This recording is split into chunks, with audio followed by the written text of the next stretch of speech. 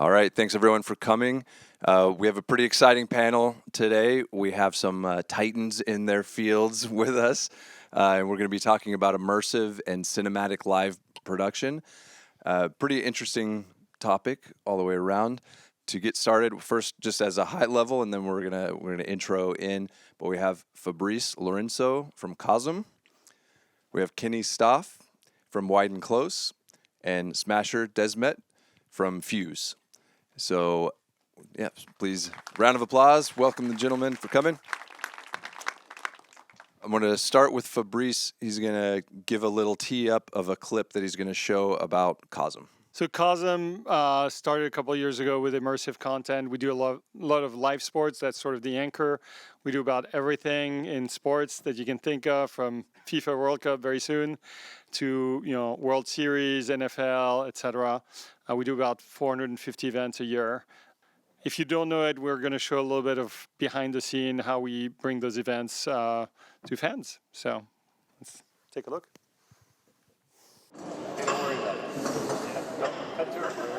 This is for WWE, for COSM. It's 6:45 in the morning. A lot to do, not much time to do it. We're setting up for camera one, our beauty shot, when the crowd kind of blends in with the COSM environment. Shoots in 8K, 60 FPS with a shutter angle of 360. Perfect for the dome settings.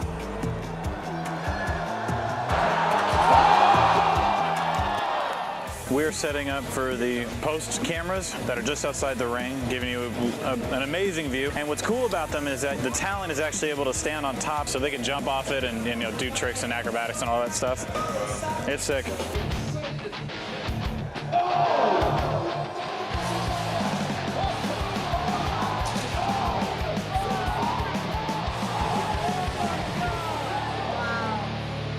Gorgeous.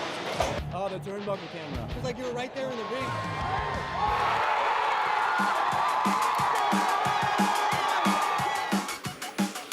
All right, we're at camera 3 right now. Low point right at the cage, so you're getting that front row seat. Tac 12, there's 12 strands to it. That goes to our kit behind me.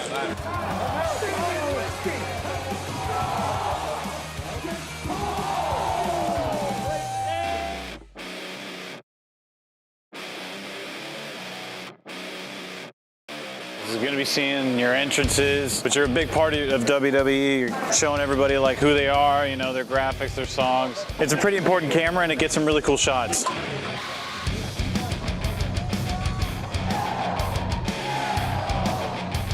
Instead of having it be a singular experience, it's a collective experience. That's the key. That's the magic sauce right there. The audience is the camera. We're presenting the venue to them, and they get to pick and choose what player they're looking at, what part of the arena they're looking at. Really, they're the camera. That's the cool stuff, Pushing media into a new tomorrow, and that's what's so exciting about it.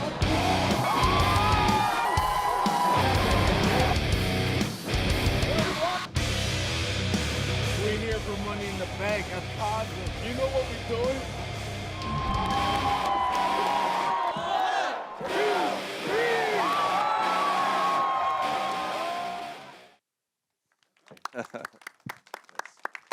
It's very cool. Definitely recommend checking it out while you're in LA if you haven't seen it already.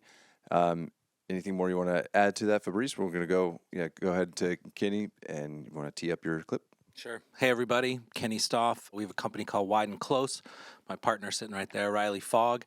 We just do live music in live cinema. We sort of pioneered live cinema back in 2019, and I say that without ego. There wasn't many of us doing it back then. It was all cutting edge and beta. Now it's real, and cinema is moving into broadcasts in every way, shape, and form. We focus primarily on the front end and the creative. We only work with cinematographers and DPs. We work with all full cinema cameras, live grade, all the things that major motion pictures and commercials are using. We translate that into the live space, and we've had to create our own technology to support that creative. So we go creative first and build the tech to support it. This is our reel. It's a little out of date, but I'm sure all your reels are out of date as well. So here we go.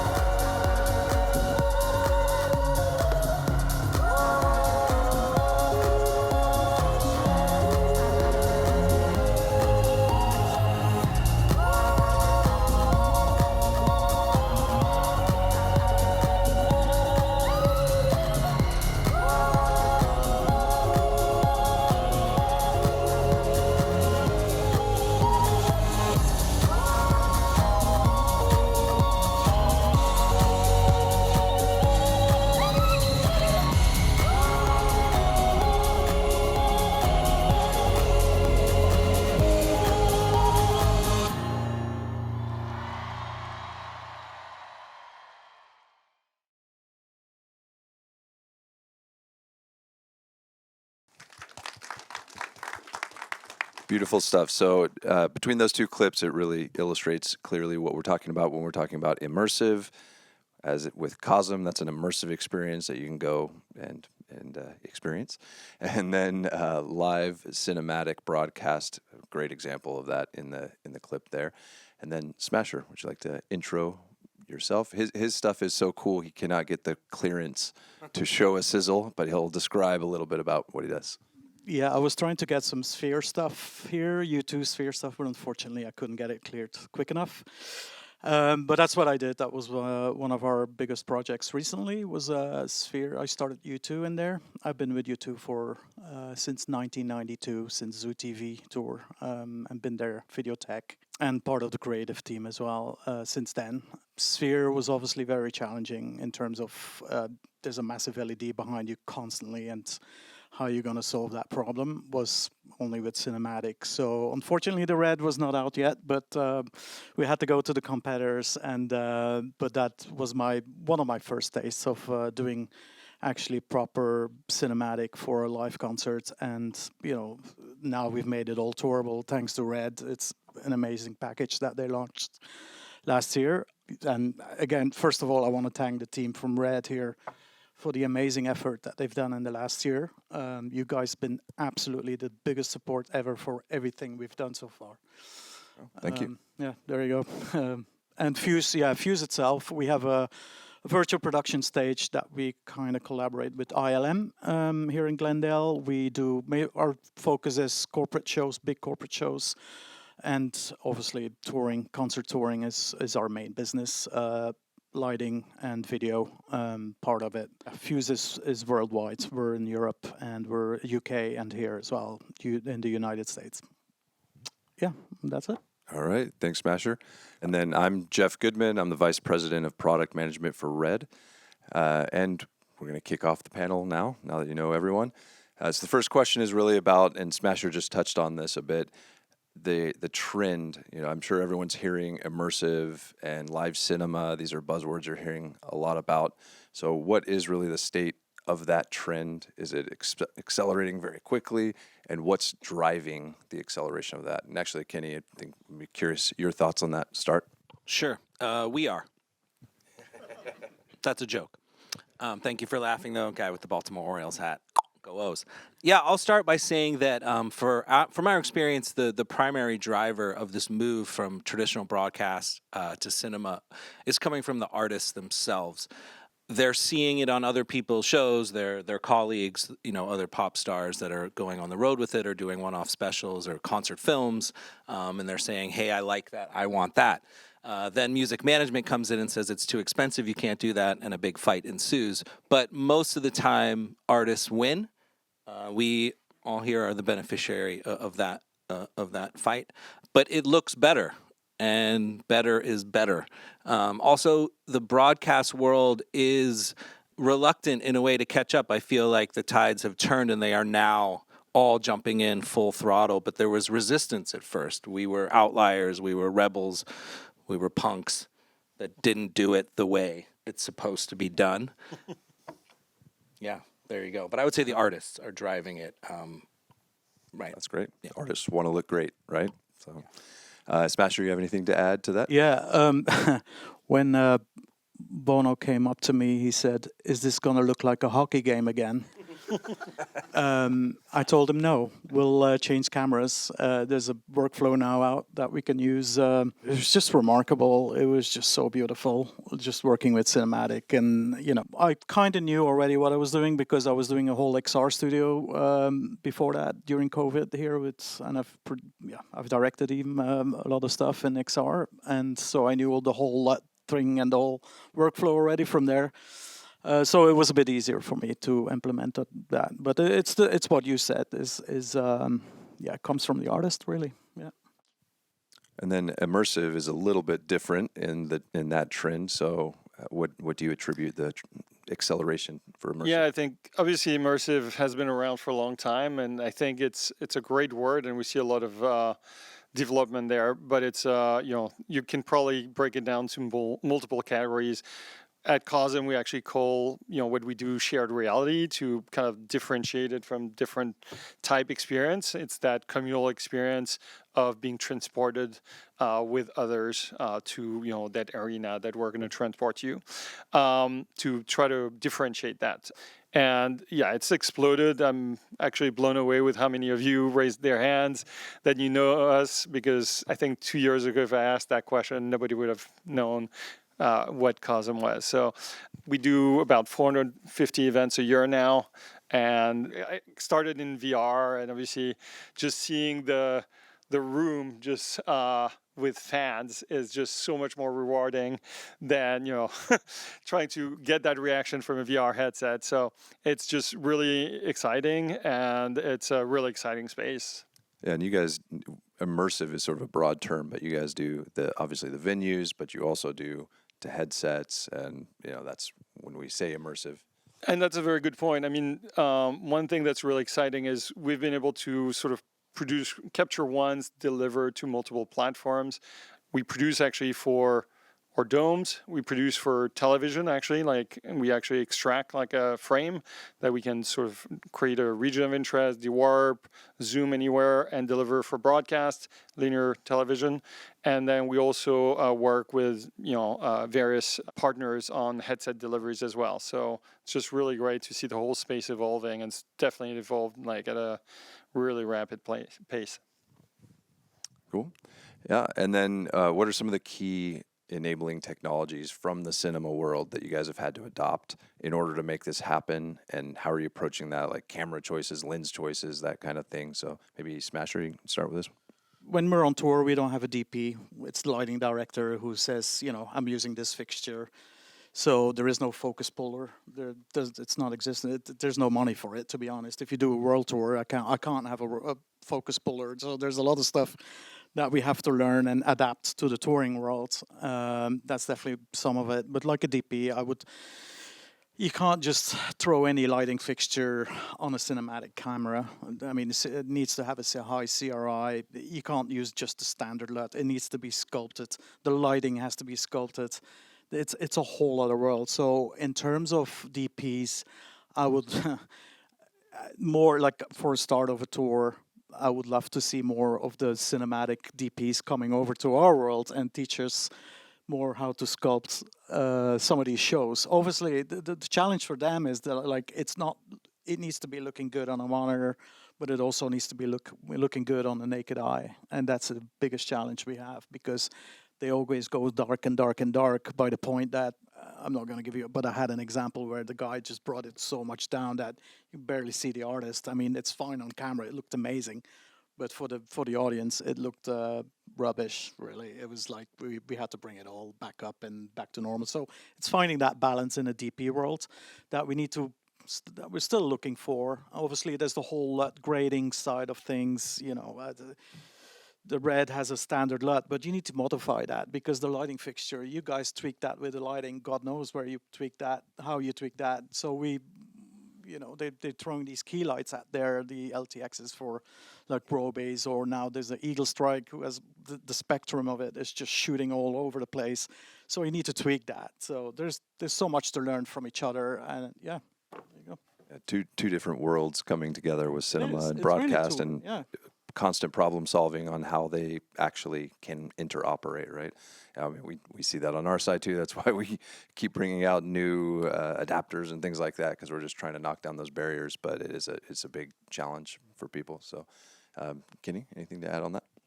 Yeah, all of the skills from the traditional filmmaking world apply. The technology changes, but the approach does not. That being said, not everybody can be moved into the live space and thrive. They can struggle. There's no control. You're not on set when it's live. You can't cut and take two. And so all of your skills apply. The number one most important piece of technology is actually the least high tech. That's the human behind the camera. That is the most important component. All cameras at the end of the day are computers and boxes, and doesn't matter which one. Some do better things than others. Then it's the glass, and the glass is everything. You can shoot cinema cameras with broadcast lenses and they look, or you can shoot cinema cameras with cinema lenses and a proper LUT and a proper grade with a proper shooter, and you have something. So it is two different worlds coming together. What's interesting, if you look back to the 70s and 80s and even before that, all music and concert films and live events were made by filmmakers like Martin Scorsese and Jonathan Demme, and the best directors in the world made the concert films back in the day. And then the sports guys moved in with their trucks and their cameras and their cheaper prices, and they took over. And now we're taking it back. And it's a fun story to tell. You know, the technology has evolved. The biggest impediment back in the day was just fiber transport and just transporting a signal a long distance, right? SDI only goes 100 feet, and what are you going to do when you're a mile away? So that multi-dyne Silverback 1 coming out and the DTS boxes that came out back in the day that just converted SDI to fiber, that was the biggest hurdle, because then you could cover long distances with your signal. Camera control was the next piece of technology, where we have remote camera control, and we're controlling all aspects of the camera from the truck. And then Pomfret Live Grade and customizing LUTs, and we build customized looking shows. We build a base LUT, and then we modify it by show based on the lighting, based on all the environmental factors. But when you put all those pieces together, you can really create something that looks like a movie or a concert film live, and that's sort of the secret sauce and what everybody is looking to achieve now. Yeah, that's great, and you touched on DPs now coming into your environment, right? And like Coachella, we're surprised at how many DPs that we saw actually operating there. So actually, I want to come back to that in just a second. I'll give Fabrice a chance to talk about his enabling technologies, because they have a pretty unique setup there. Yeah, well, Red was definitely a big part of that. We started, we were already planning to open COSMs when we did the Beijing Olympics, and that was for VR delivery. But we knew we wanted incredible resolution, and we really wanted to push the industry forward, because there weren't really at scale 8K productions out there and workflows. So we had a really good conversation with Red, and that's sort of like what is Red Connect today. So enabling live production from an 8K camera was something quite unique that we worked together. And to some of the points that you made, the camera is really immensely important, especially for us with those high specs that we have. But the glass is also everything. So we very early on actually created our own glass, and we worked actually very closely again with the camera manufacturer, so that the lens actually was designed with the sensor in mind, down to very, very detailed specs. And that made a huge difference, and you might have seen in the clip, that's before we had those lenses, but we basically had to engineer our lens because we just couldn't find one on the market, candidly, that was delivering what we wanted, the level of quality we wanted. But to just emphasize your point, I think we've seen it from both sides. I think new technology is amazing for, say, younger folks that want to get into the industry. It's kind of level playing field, because nobody knows what, if you enter a new technology, it has that level playing field. But at the same time, if you know how to reinvent yourself, you can take all the skills you've acquired and go into immersive, whichever flavor of immersive, and you're definitely going to be able to utilize everything you've learned nonetheless. So we've helped DPs sort of learn and work. We have an experience center where we can test, and we test a lot. And it's just fantastic to work actually on both sides, with new creators or DPs with a lot of experience, and just take it to the next step. And you guys are merging those worlds of immersive and cinema as well. And I think if we can roll Fabrice's other clip here, just showing a recent example of anything you want to say in advance, or just roll it? Okay.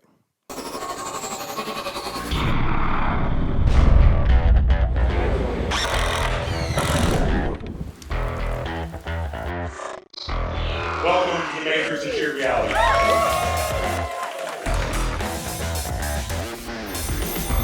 red pill. Stay in Wonderland. All I'm offering is good for you.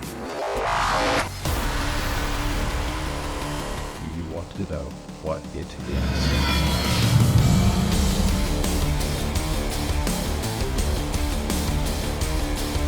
For those of you that are Matrix fans, I hope you all leave here with a feeling of like you see it for the first time and enjoy the after party.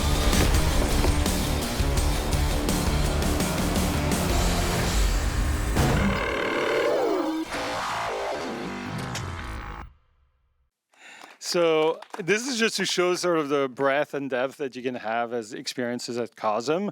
This particular sort of segment we call experiential cinema, and we just want to be able to, have you live the movie or experience the Matrix like you're in the Matrix.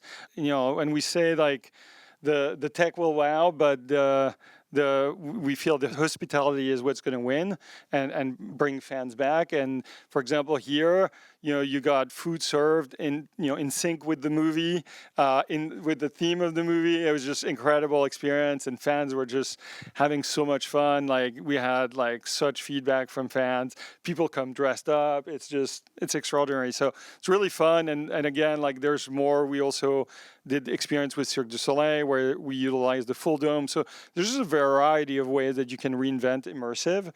I love that we've shown different ways that we've reinvented that. And really having to step up the game to get people out of their houses instead of just watching at home on their TV, right? Elevating these experiences, and COSM's a great example of doing that. And I want to come back to what Kenny was talking about with DPs now being more involved. Cinematic imagery is not just shallow depth of field, right?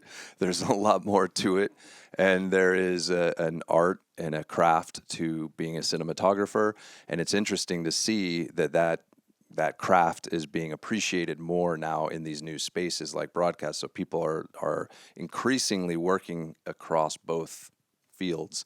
So can you talk maybe a little bit about how you're addressing that, how you're getting DPs in?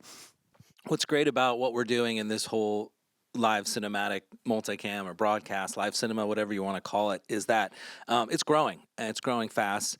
And while the industry, especially here in LA, the traditional industry is contracting, live is expanding. And so for all y'all out there that are DPs, there's work.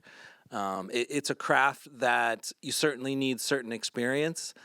I think that in a way, documentary experience is the most valuable because you are left to your own device to create something without control. And so those skills really play. And then what's amazing is especially, and first and foremost, we hire all cinematographers and DPs. There's a huge difference between a camera operator and a cinematographer. No disrespect either way. Camera operators are trained to put a target on a being and hold it, and right, they're pointing a camera, and that's their job, and that's totally respectable and cool. But what we are doing and what cinematography is art. And that's your human experience being translated through the lens and interpreting a performance, in our case, live music. So it's like, we have a tagline that's artists filming artists, because that's what we do. We're making new art out of their art live. It's super exciting. Most people, when they assimilate, when they take the red pill, they love it. They freak out. They can't get enough, and we grow our beautiful family. Now, that being said, some people don't. Some people in the ASC have not fared well in the live environment, and that's just the nature of the beast. It's live. It's gnarly. It's not controlled or comfortable in any way, shape, or form. You have to love it. You have to feel it. You play the camera like an instrument is when it's really great, and we talk about that amongst our colleagues. It's like jazz with a camera. I think the biggest point to make is that it's a field that's growing and something that everybody in this room, if you're on that side of things, should look into. There's not enough people with that experience. It is sort of unique. When we find somebody really great, we call them a unicorn because they're really hard to find. Cinematography and making art at the end of the day are the most important components of this. It's really cool to hear that that's so appreciated and needed and growing in a new area so people can continue to do what they love and just find different avenues to do it while there are ebbs and flows in their normal work. Do you feel like that word is out there, that there's this need for this, or are you having trouble know. finding people that Yes. are? Yeah, okay. Yeah, no, that's very interesting. Hopefully, this helps a little bit. We kind of get the word out there a little bit. Smasher, anything you want to add in terms of working with DPs? And A couple of years ago, I was standing right next to the famous Paul Cameron, DP, one of the top guys out there that works with Jonathan Nolan, did Westworld, and I was just baffled, really. It's such a craft, like how they shoot stuff, and again, and you come into our world, you have to make it work for life. It's not the same, of course, but some of the aspects are just brilliant, and if you're really good at that, there's a door going open for you. Absolutely. great. Yeah, and Fabrice, I know you have some unique angles on this, but how was your experience there? So on the sports side, what's amazing is, like 2 years ago, we had to train a lot of people and really develop that roster of literally hundreds of people. Again, we cover about 450 live events each year, so that's gotten much better. And we've had to kind of invest in like training, and now but again, on both sides of the table, we just worked with a DP from ASC, and this was more teaching the immersive part, and that's why we try to make sure that there's room for testing, and we've developed different tools like new frame guides to help like really people understand how everything's going to look in the dome before just on a regular monitor. So there's a lot of like rethinking your workflows, your process, and actually from my perspective, like working with so many crews, like learning how to help them basically get there faster. All right, great. Yeah, and since you touched on it, that there have been some unsuccessful attempts by DPs getting into live. I'm just curious if you could elaborate. You don't know names, but elaborate on where some of the struggles are when someone's coming from a traditional cinema background into live. Yeah, I think it just comes down to control. If you can't control the situation in a traditional way, like a set with, you control everything.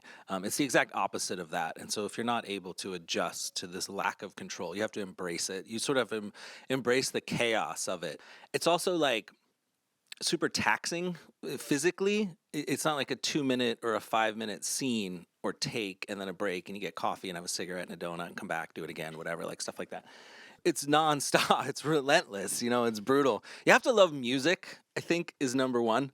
And you have to like feel something from that music, and then your sort of operating follows that. And I think really structured DP, the DPs that haven't made it, they haven't been able to like freestyle. They're amazing in their traditional worlds when it's a controlled move and controlled shot, controlled lensing, controlled focus, right? And then when it's like, here, what do you got? Here's the show. Here's the stage. What can you do? Now, that being said, I've also seen, one of the guys that came out, it's a good friend I went to school with. He's a really talented and successful ASC DP. In moments, there were really beautiful, genius, amazing things, and I appreciated and learned from, and that was great. We had a great experience. But as a whole, as like shooting the show, like a 2-hour performance, it was a disaster, and just didn't work out and not the right fit. You either kind of embrace it and let go of your control, you sort of let it control you in a way, or you succumb to it. Like you give yourself up to it. I used to shoot, and I used to shoot a lot of live music. That's how we got this harebrained idea to start this company, because I was like, why can't we just go live with the way we shoot it? And then we did. You almost can like turn off your brain. I think athletes talk about this a lot, where they're able to sort of, you go into like a flow state. You're not thinking about, because if you think about it, you'll make a mistake, and you're able to like tap into that subconscious. And it's something that happens in a live performance that's unique. Yeah, flow state. It happens directing. I direct multicam now, and I'm like conducting all these cameras, and I have a switcher, that I play like an instrument. And when it's good, I'm not thinking, and I'm listening and reacting and making art, and it's incredible. When it's bad, it's really bad, and you lose control, and you swear and scream at people, and you have to apologize on comms for yelling at them. But when it's good, your brain is like, it's muscle memory, or it's another part of your brain that artists understand what I'm talking about. channeling the passion that you have and the inspiration you're getting from the music and that jazz state, like you're all that. It's jazz that you were talking about. subconscious. Like it's That's right. sometimes when you try to force it, it's not working. You have to like let go. But yeah, it's hard to gets a little esoteric and BSy, but it's real. Yeah, very cool. And then Smasher, where have you seen people sort of struggle when they're coming into this environment? We have to shoot for the LED screens, which are these days these huge, massive screens, bright, and it's see every detail on it. And then you also, meanwhile, you have to do recordings for Instagram. You have to do all sorts of. You have to feed the. I apply usually a lot separate. I feed the video servers that are serving the big LED screen. Just log. They applied a lot in the servers. They can do whatever they want there. And then I apply a special, like on YouTube, I gave the records for, because that has to go really fast. They record a few songs and the show is still going on. They want to post that. They want to push that in the air as quickly as possible. They don't have time to do, we need to. So we make a few LUTs for that. And that's the advantage of the workflow that we have. Is like, and I see like Grass Valley switchers, and now you can apply LUTs in the switchers and then the outputs. So a lot of it, the engineering changes with cinematic as well. It's not just about lenses and coloring. It's about signal flow as well. I see people struggling with understanding that. Some of the broadcast engineers don't get lost in this whole thing. Like, why can I not just dial in my RGB? I'm like, no, it's a lot. You have to understand. We're locked on this look. We made a LUT for the screen. This is how it's looking, and it's locked off. You can't just sit there all night and writing this. The other thing is we don't write that the exposure up and down constantly with those cameras. I just finished No Doubt at Sphere. I just wanted to shade the cameras for the show, and I almost fell asleep because the dynamic of that camera is so large. I mean, I just flew in that day from Europe as well. So, but yeah, the dynamic. So it's hard to tell engineers you do have limited control over with your RCPs, sine views now in your case. So you have to train the engineers coming from broadcasts, new signal flow, new color. It's a whole new thing for them, and it's hard. It's really hard. I'm telling you, that's and I see people walking away like, I can't deal with this. And also, not even talking about the whole systems now. There's a lot of IT involved with it as well, and that's one of my biggest struggles. Is a lot of engineers. It's all like we're going into the IP 2110, SMPTE 2110 now. Packets, which is a whole other beast that I've been playing with, and I'm not even going to open that can of worms. It's Well, if you can adapt, then you've got a whole other avenue to go down now with live production. So that's great. I do want to save a couple of minutes at the end, by the way, for questions. So if anybody has questions, think about them. Give me just one more last question. This is a very broad question, but kind of where is this going? Immersive technology and live cinematic. Are we plateauing? Is it to the moon? Is it here forever? Starting on the live cinema side. Curious, Kenny and Smasher, you guys. Yeah, I mean, from our perspective, it's growing exponentially, and it's definitely not plateauing. In fact, it's really amazing to see all the vendors, all the camera manufacturers, and sort of the engineering components, Cine View in particular, stepping up and creating the technology to make it work. We're really just scratching the surface. We're at the beginning phase of this. It's being adopted now on a larger scale. It's making its way into touring, which was new. We did a tour that was a full cinema tour, and that really, us adjusting to that was quite a stretch. And that world, the whole live world, is a different animal, but that's a thing. And now big artists want cinema capture for their IMAGs, and they want to take them around the world on tour. And it is expensive, but it's becoming the norm. And so, as the technology advances, as the technology gets cheaper, I'm always blown away by, we work with a ton of artists and a ton of teams. and teams come in that are on the road or they've had to make do with less resources. We're very lucky in many ways where we get to use really top tier equipment and lensing. But then you see these lower price systems that are doing basically the same thing, or like 90% of what my $100,000 system is doing, this, $5,000 system is doing. And, me and Riley look at each other like, we need to get some of those, so that's going to be a huge driver. And then seeing what the younger generation coming in and doing this without any broadcast. We have no broadcast experience. We came all up in traditional filmmaking, but a lot of people are transitioning. But we also see now people that, like us, that had none of that prior experience, and they're doing revolutionary things with new tools. And so it's kind of open right now. It's there for the taking. Oh, that's great. Smasher? I don't think, like I said a couple of years ago, I wouldn't have imagined that I would get every week phone calls to get cinema cameras, to be honest. So, yes, today too, I had 2 requests for 2 tours for after the summer, and till they see the price, of course. A 1,000mm lens, $300,000 for a lens, you got to make some money on that, of course. So, yeah, there's nothing cheap about it, but I think it'll get there eventually. It's still the glass that's the most expensive part. I don't think it's the camera itself and the equipment, because like you said, a lot of these manufacturers are implementing that kind of workflow already. So yeah, hopefully you get to push more. Yeah. All right, great. The future's bright for live cinematic production. Absolutely. What about immersive? So yeah, I've been immersive for more than 10 years and started really with VR.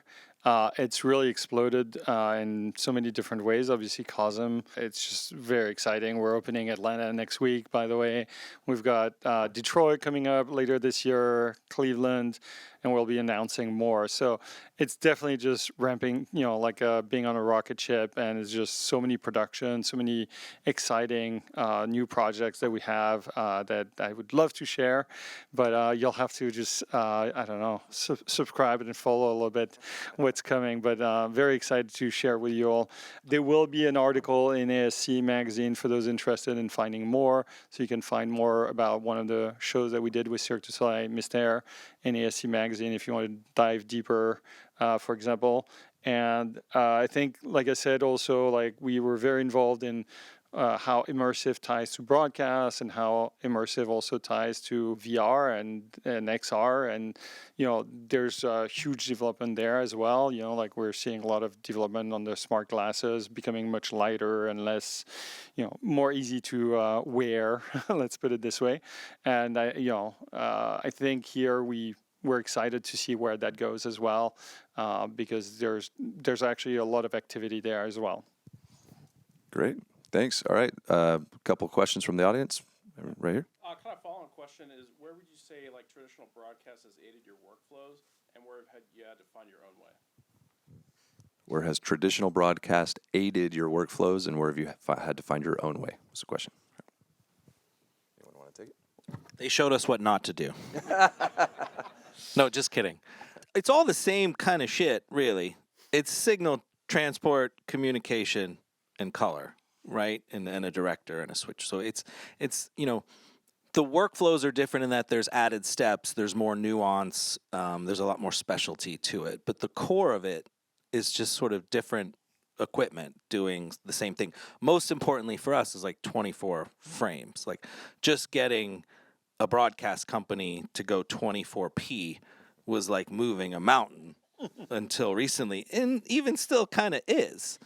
So just that hurdle. And just you say 24p and they roll their eyes and they're then not to mention go 12G and 4K, and then they just leave the room and they're like, we can't help you. So it's luckily now the manufacturers are catching up. 2110 is a real thing. We could have a whole nother panel on that because we're dealing with it too.